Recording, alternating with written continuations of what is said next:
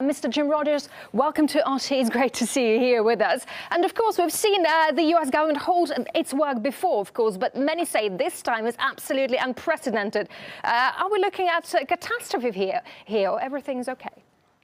Well, if you ask me, it'd be wonderful if the government did shut down for a while. We'd save a lot of money and get rid of a lot of bureaucrats. So I think it would be wonderful. Is it likely to work that way? No, absolutely not, Julia. They're just going to play a game for a while, jerk us all around. I don't even pay attention. I guess you have to because you're a journalist. But this is a charade. This is a sham. No, I see. But the U.S. debt is growing and the debt ceiling still hasn't been fixed. Can we say that America is on the brink of default? No, they're not on the brink of default, Julia, because they can print as much money as they want. Yes, America is the largest debtor nation in the history of the world. In the entire history of the world, Julia, no one has ever been this deep in debt, and it's going higher and higher. But America will not default, not for a few years, because they can print as much money as they want. Now, there are people like the Russians and the Chinese and many other people who are saying, wait a minute, this is crazy.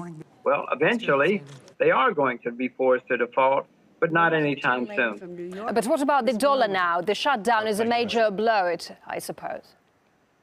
No, because, Julia, most people who are buying and selling dollars, who are trading dollars, know that this is a sham, know that this is not going to be significant. Yes, it may have short-term effects. Yes, TV networks all over the world will talk there will about be no special treatment people who are buying and selling Washington, dollars are not spending too much time paying attention.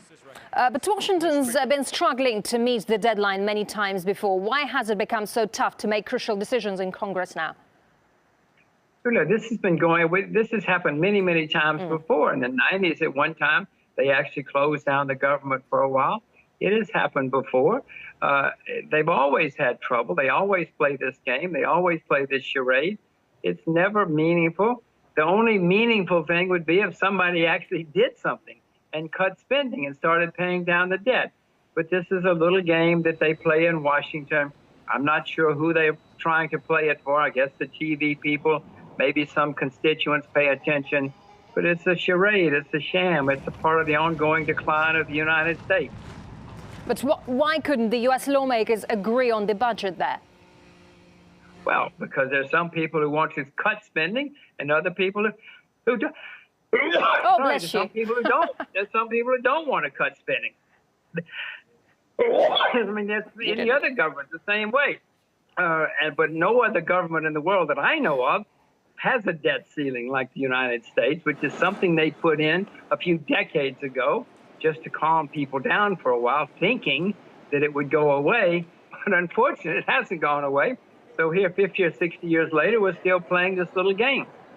They cannot agree because some people want to cut spending, other people don't want to cut spending. And as long as some people want to continue to spend, we're going to have this little game. Right, but what does the Congress have to do to get the government running again?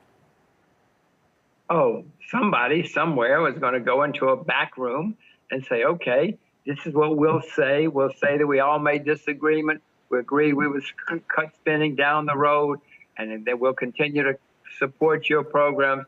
They'll come out with a nice announcement that acts like everything is okay, and then they'll start the government up again. They'll start spending again, and a year or two or three, we'll have this same little game again. Julia, this has happened many times. I know you have to report it, but it's not very serious. All right. I wish it were. I wish it were serious. Oh, I wish it were serious.